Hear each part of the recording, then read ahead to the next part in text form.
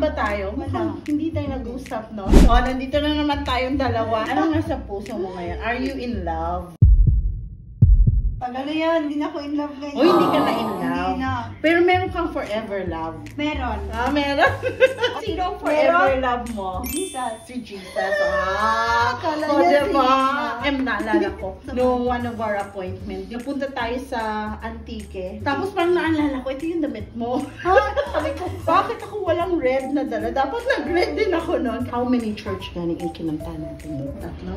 Dalawa lang siguro. In the morning, sa Antique proper. Sa afternoon, mga 1 hour away from Colase. Napaka-memorable sa akin nun.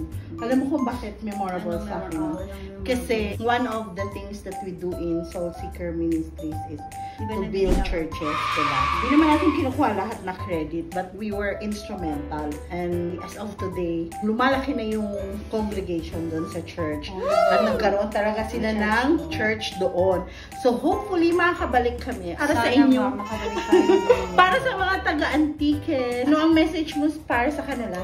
Mag-antay kayo dyan, babalik kami. Kasi kumusaya na namin yung bagong church doon. At saka, na-miss namin kayong taga-Colase. Yes.